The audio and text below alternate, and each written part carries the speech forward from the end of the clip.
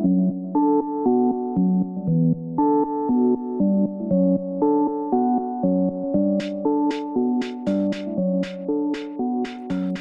it's Gabe Garber, and I still don't know. Welcome back. This is round 2, I suppose, of whatever it is that this is. Thanks for joining me again, and thanks for everybody who tuned in the first time.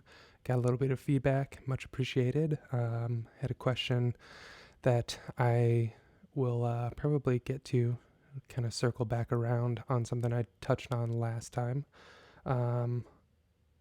So if you're listening and have questions, reach out one way or another. On YouTube, you can leave comments. If you're listening on whatever else, Apple Podcasts, Spotify, etc., chances are you're listening because you already know me in some capacity. So yeah, if you're listening and want to reach out, do so. You likely already have contact information for me. So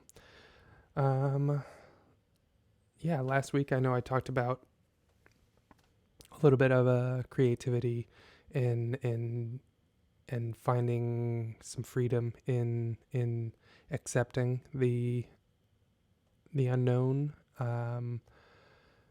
as part of the process, specifically relating to the BK Walla Beats project, which again is about to wrap up. I think I've got 8 more days, so 8 more beats left to get to 366 beats over the last year, because it was a leap year. And yeah, I know I talked about maybe settling on some of those, like having the daily process forcing me to settle is the best word I can think of, for maybe a level of quality that I might not have accepted in other times. If I gave myself an unlimited amount of time to work on something, that tends to open up the can of worms of infinite levels of adjustability and the constraint, the time constraint here of doing a beat a day kind of forced my hand in some senses, and being able to release it and move on and revisit them with some perspective that's forced from just releasing it, letting go of it, and moving on, allowed me to discover that the line of quality, or the bar, that I was holding for myself in the process of creating was maybe higher than necessary, or at least doesn't directly correlate with the output, the quality of the output of the work. So my buddy Dan in Louisville was asking me to maybe elaborate on the bar. Where is that? How do I define that? Or, I think, great question. Don't have an answer for you. This will be one of those that fully lands in the I don't know category. But I thought it was worth exploring for sure, and just thinking about how I define the bar, how I set that, I guess just my relation to it in general. And I think some of the thoughts last week were kind of playing around with flexing my relationship to that bar. And so I don't know that I necessarily have a bar, but I feel like that is certainly, or at least an explicit one, but I would say it's certainly something that fluctuates over time, probably has something to do with a combination of my own personal tastes.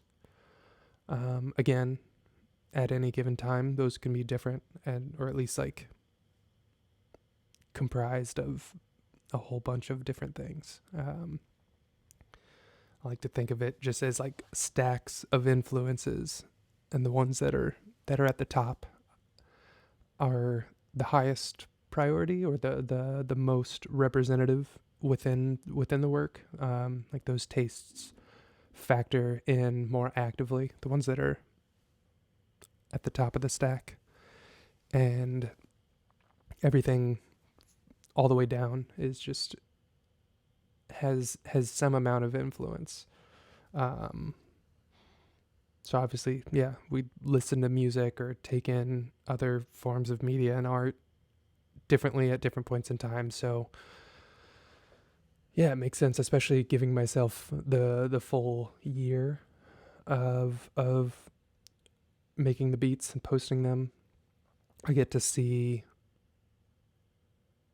the trajectory of those tastes, or of that hierarchy, of that prioritized kind of stack, and how those like shuffled over the course of the year. And I would imagine there's plenty on that list that remains the same. I know my ability to take on new music, especially listening to new music or really diving in, has gone down over the years. I know my capacity, I guess, for exploring new things seems to be smaller, but that's not to say. I feel like when I do discover something new, whether that's a recommendation from a friend or however it is, it tends to come at a point in time where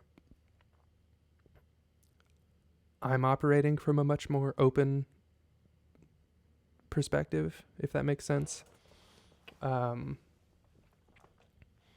Which makes sense as it kind of manifests a willingness to incorporate something new into the stack that I already have.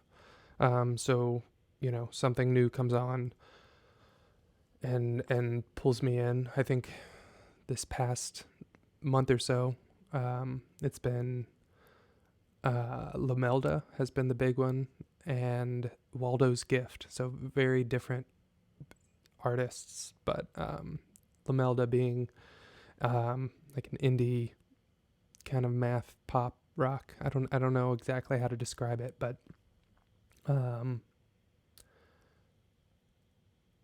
which, yeah, weirdly enough, after discovering them and reading into them a bit, they are from a small town in Texas that was maybe 15 minutes away from where I spent, a decent chunk of my childhood. They're from Silsbee. I grew up in Jasper, Texas. So that was a wild discovery of a little bit of just small world. I had another friend ask if the proximity of where I grew up and where they grew up, if that helped relate to the music in any way. I don't know that I can say with any confidence how much that factored in. I think there are plenty of other aspects of the music that compelled me to keep listening. More than that, but it's hard to say, and I don't know, kind of a little bit of fun to just consider. But yeah, that their most recent album, Hannah, that was released last year, was just one that grabbed me, and I couldn't stop listening and singing along. Very infectious melodies with some odd time, which I love. I'm a sucker for. but well incorporated odd time. So it's stuff that doesn't necessarily feel jarring. And I think there's something beautiful about being able to introduce complicated form into something in a way that doesn't draw attention to itself.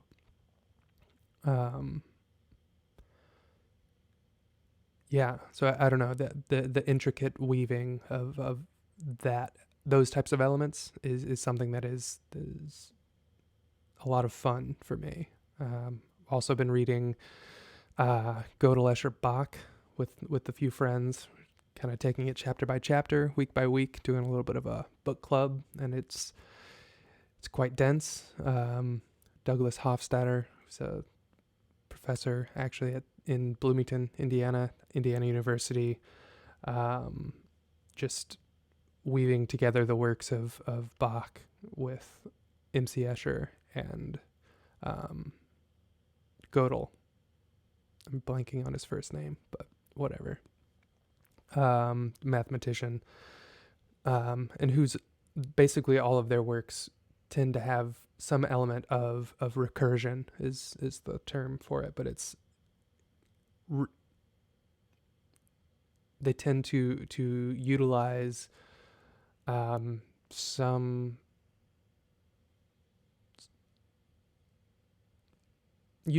like the perspective of self-reference, which just seems to open itself up into infinite possibilities,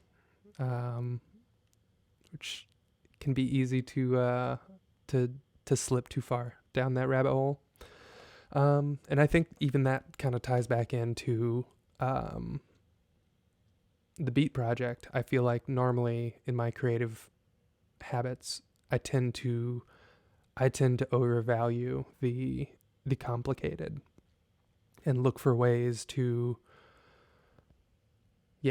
combine those elements in a way that isn't jarring, isn't I don't know, that wouldn't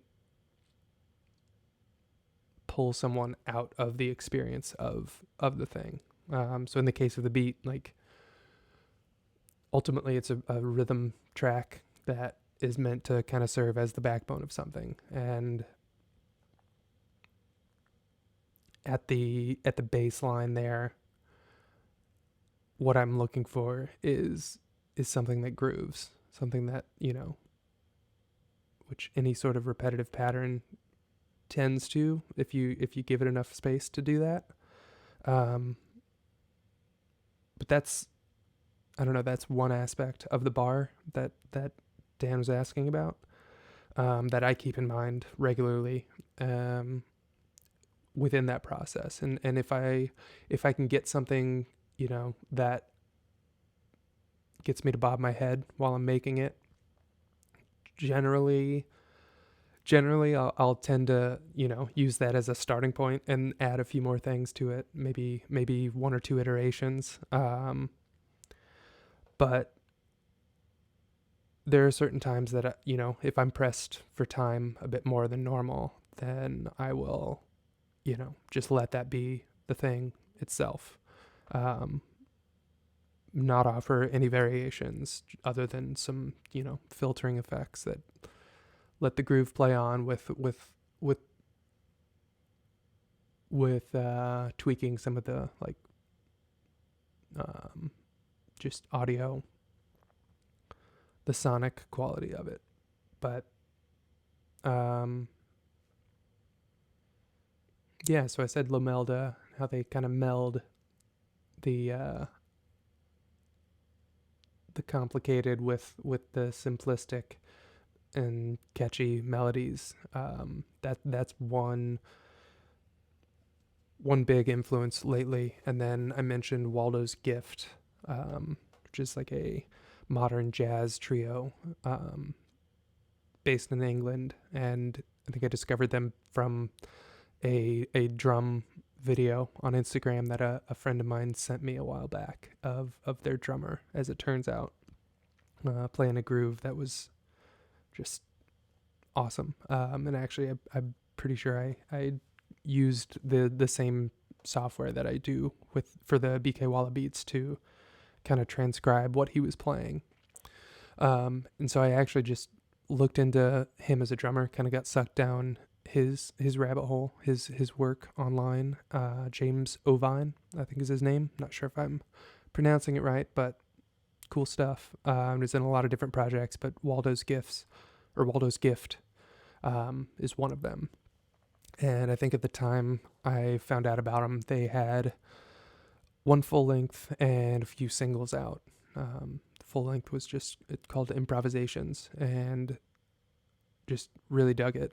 Guitar, bass, drums. Obviously the drummer really stood out to me and pulled me in. That was the kind of hook that got me into them in the first place.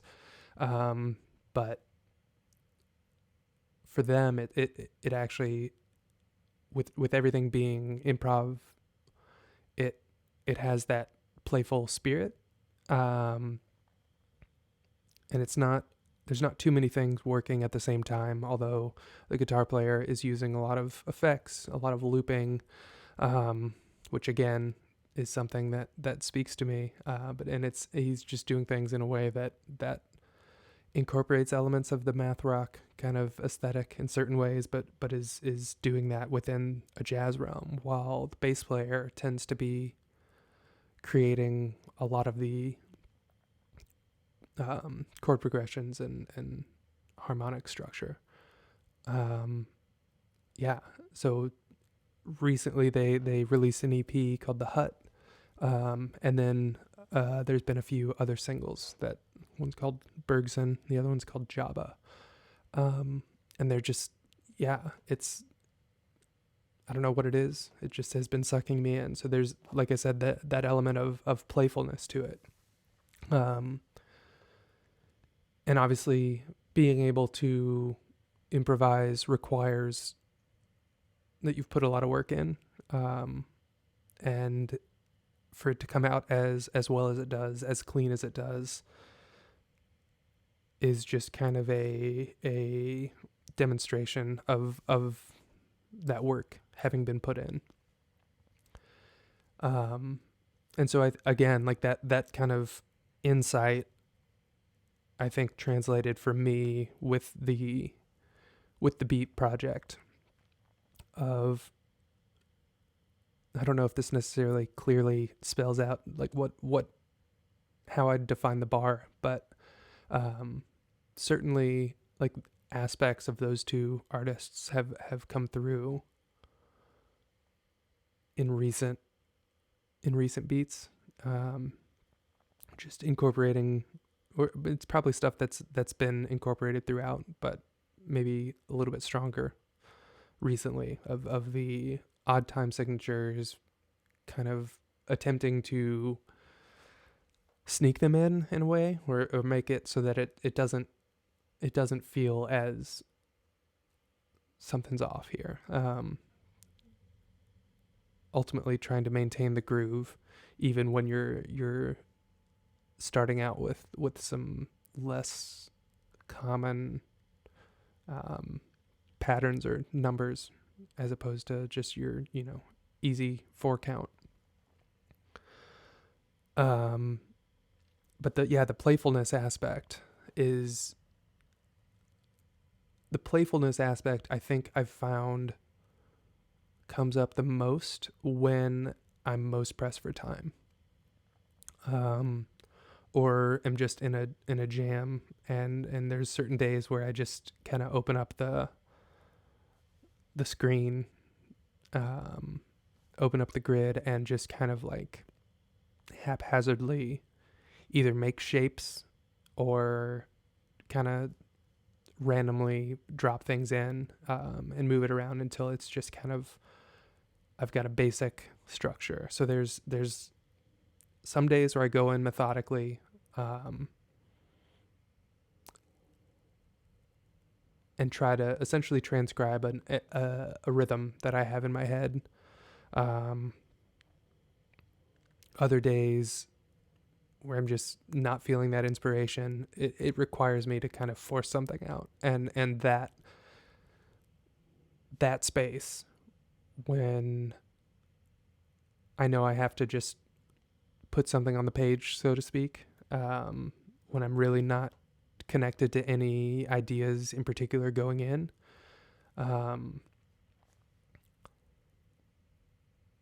That's where the playfulness really comes in handy.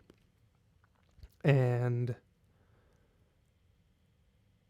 the experience that I described last week of having some that maybe in that moment or on that day didn't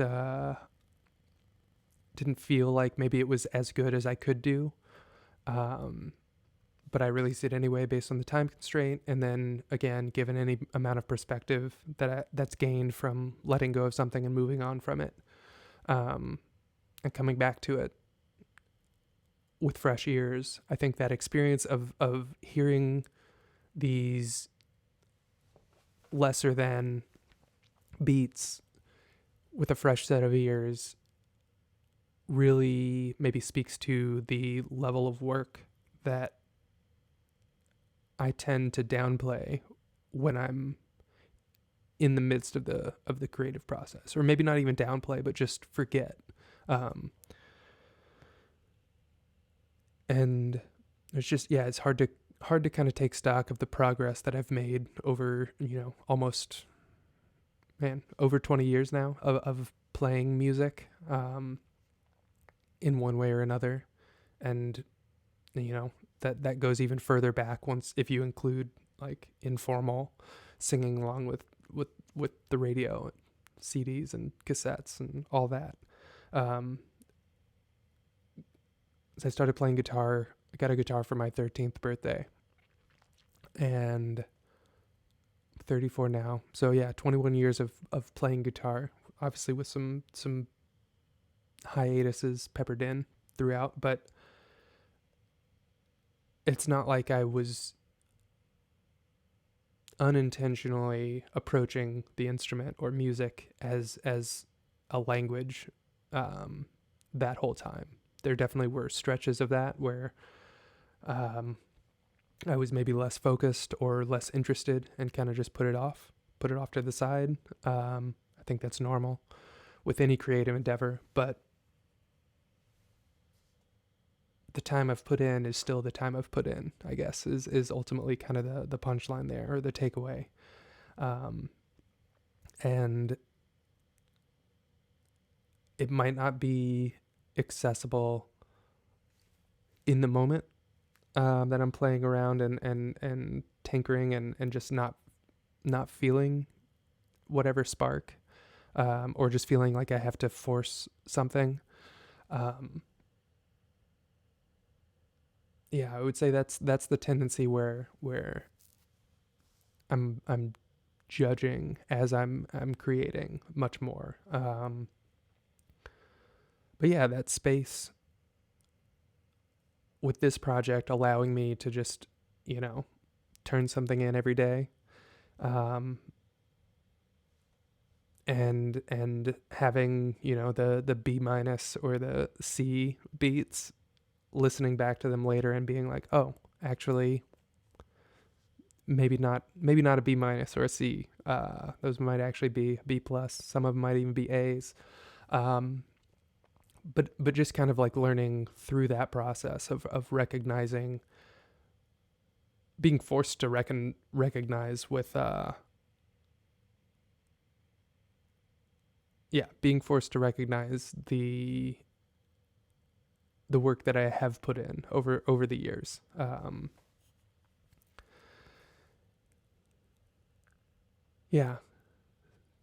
I don't know. I don't know if that answers any of those questions or any of that question as far as like what the bar is or what defining the bar is. I think it's, those are aspects of my process that I can speak to. And I think it's such an elusive term that it's hard to even do, but I think, or hard to throw out in terms of the standard, or like what's good, what's quality. It's elusive because it's also ever changing, because what I'm taking in is ever changing, and what I'm outputting is also hopefully attempting to keep up. I think for myself, I know when I go through too long of a period of only input, only consuming without outputting something, I can feel a bit out of whack, and that can throw off my gauges, I guess, so to speak. I feel like a little bit unmoored. And that again was part of the push with the Beats project, just to do that every day, even if it's something small, and it's something that at the time didn't feel like I put in a lot of work into the beat itself that day. I was able to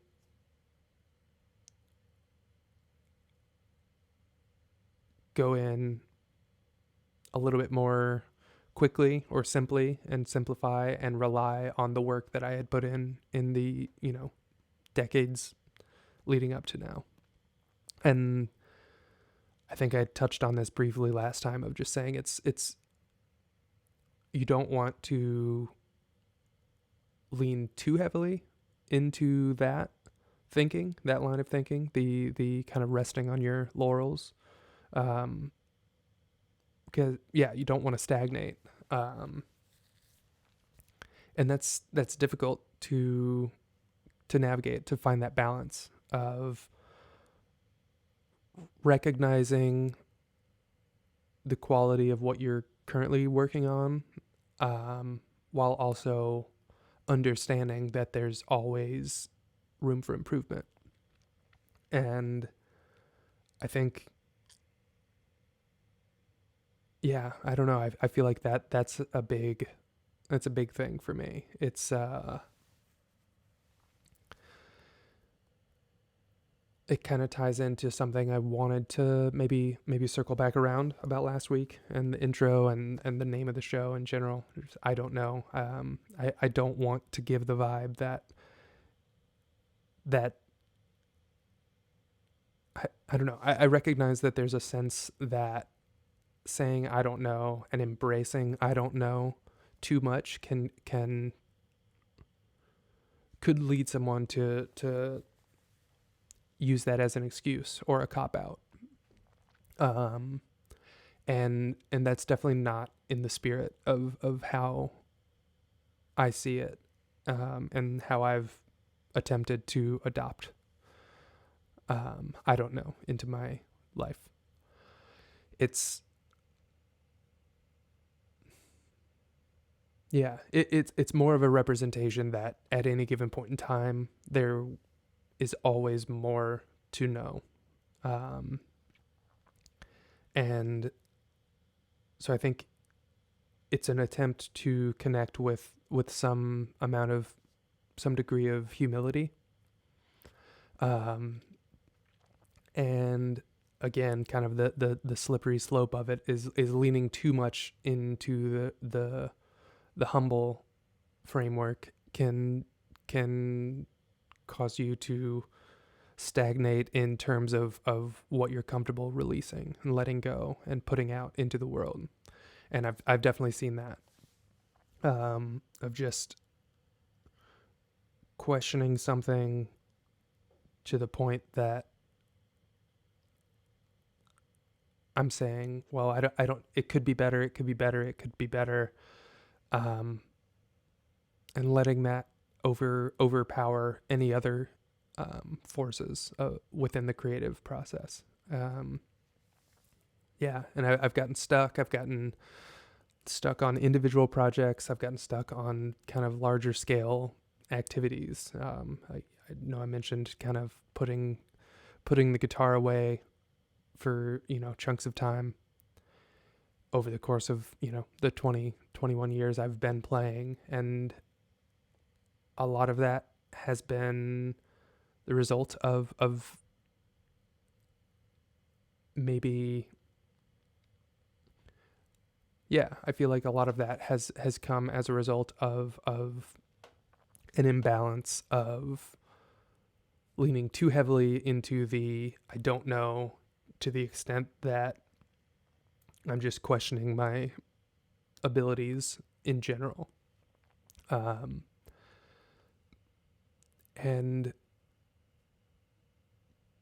yeah, there's nothing wrong with putting it aside. I feel like I've in those spaces, I've had other endeavors and explorations that have come as a result of that. So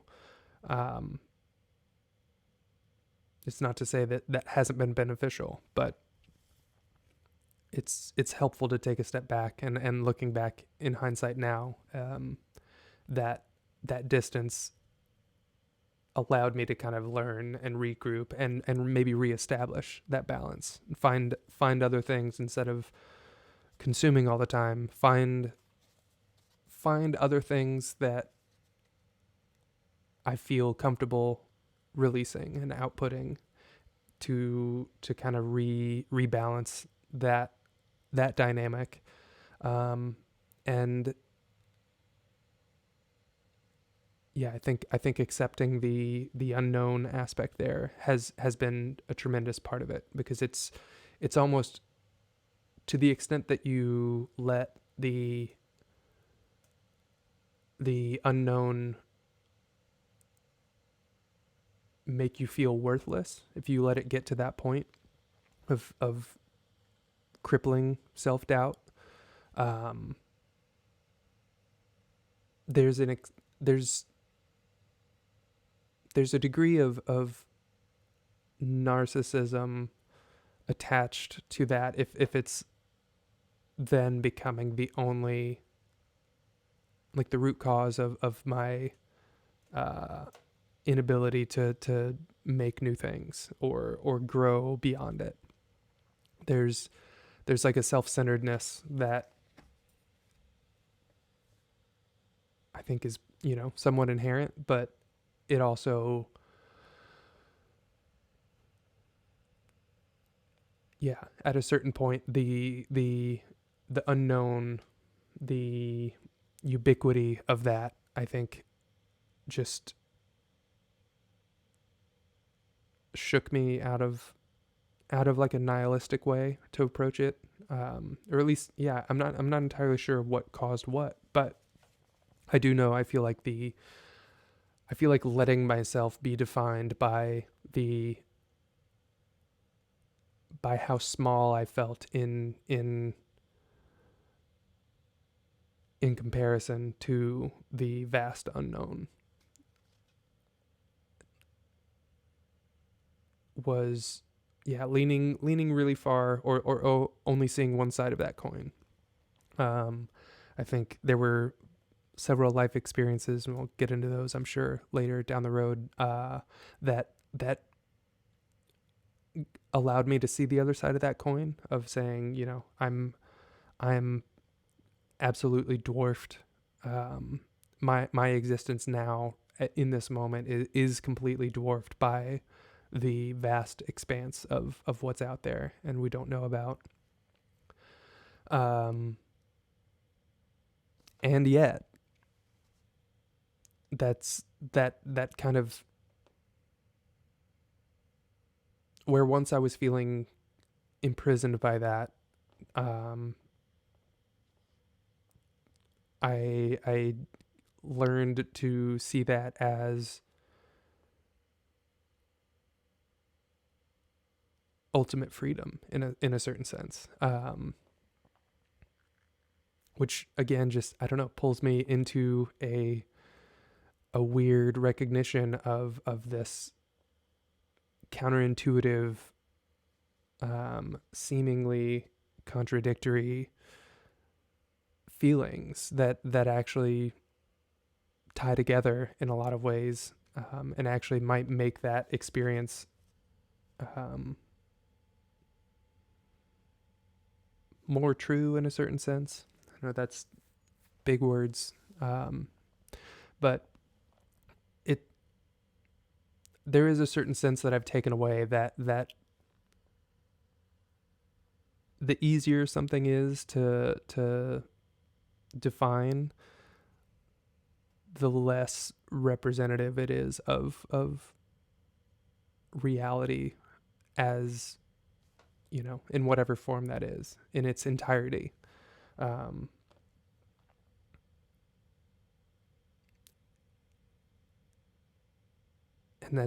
I guess that's just an uncomfortable position to have, but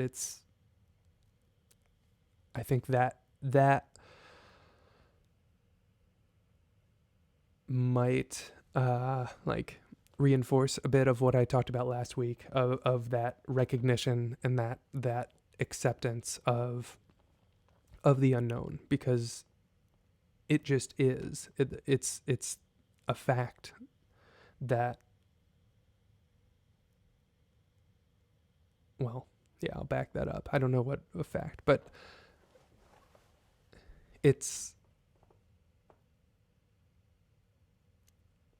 there's something that feels more rich and full and complete about a dynamic that involves both extremes in either direction. So like the feeling of being a fleck of dust within the the large scope of everything, and you can take that, and that can inform a meaningless existence. Or you can see that as the way things are, and I guess decide, with all of that being the case, maybe that allowed me to kind of start shuffling things around, and because if nothing matters, then why not do it? And again, it puts that decision back within, or that agency within, a more central point that recognizes the meaninglessness of everything, and also recognizes the wide open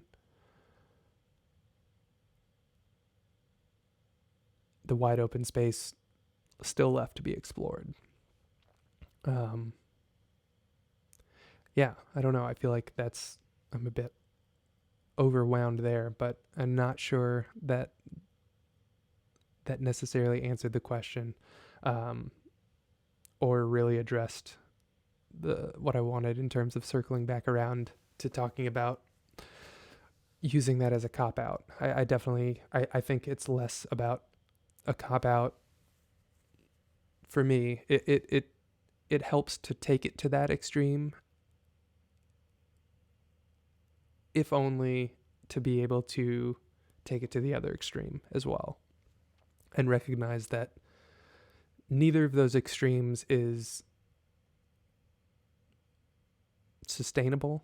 Like it's never going to stay at one or the other, but it's always going to be moving back and forth one way or the other, or always. Like you'll never be stuck in one of those places or the other. You're always somewhere in between. It's kind of like the quantum state. It's, the using those extremes as or I guess recognizing those extremes and framing them within a complete picture, both within the same thing, or like I said, two sides of the same coin. If you treat each side as if it's its own coin, then you lose sight of the picture as a whole. And treating these contradictory, seemingly inverse experiences, feelings, whatever, intuitions, framing them as opposite sides of the same coin, for me, kind of unlocked a lot of it, because that can be applied across the board. And like I said, I think last week I talked about how there seems to be a resistance or a reluctance to hold that space for the contradictory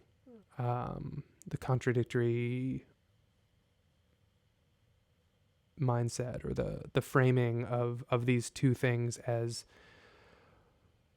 separate as opposed to part of the same coin. I feel like there's a trend of wanting to choose either or and not recognizing that it's both, or that those two things are related, and actually choosing either or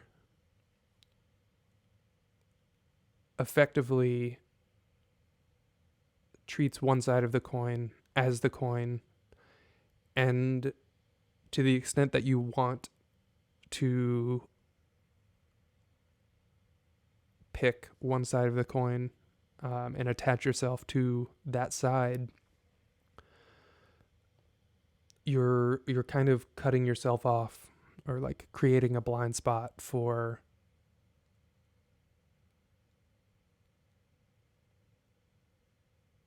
the possibility, or you're creating a blind spot for that other side of the coin, that has, it might be painful, it might be unwanted,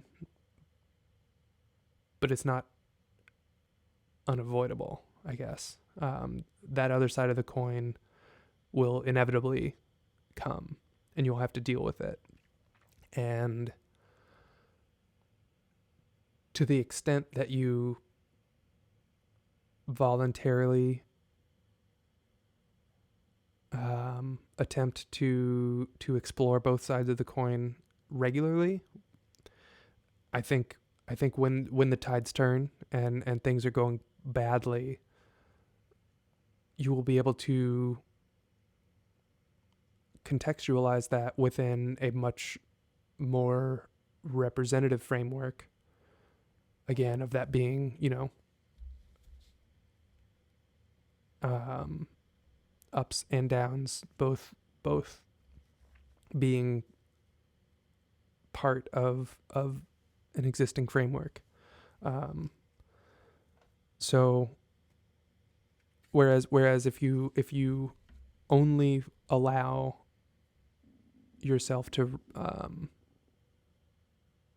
interact with the positive side of the coin, when the negatives come, and they will come, surely, and the challenges, I mean, it's always around the corner. When those inevitably come, you will be much less prepared to deal with them and to face them head on. And yeah, so the idea of embracing the unknown and the doubt, and recognizing that doubt is on your side, was definitely not an attempt to justify disengagement, although that can be one way it comes through.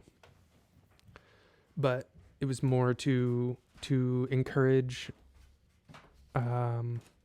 reframing things in a way that encapsulates everything, both the good and the bad, both sides of the coin that are inherently connected, even if it's counterintuitive, and feels contradictory.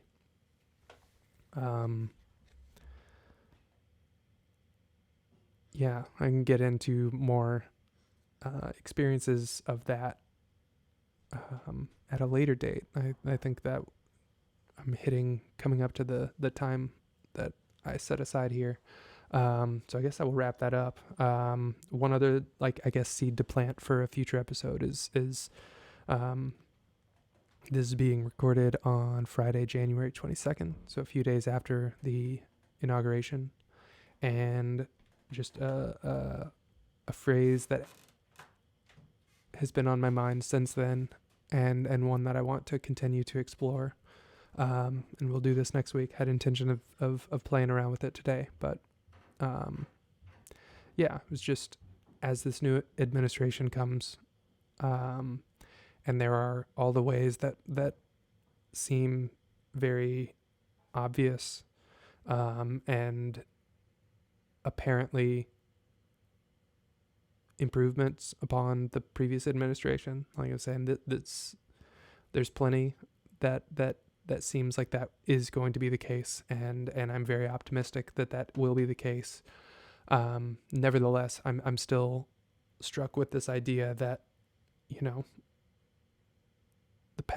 the Trump administration was not the cause of as much of this as much as it was a symptom of a longer term trend that we've been headed in the wrong direction, and a direction that among other things seems to be highlighting or showcasing a confidence in an opinion or a position on any given issue. That level of confidence, I think I mentioned last week, was, I'm noticing that rising, and there's something off-putting about that.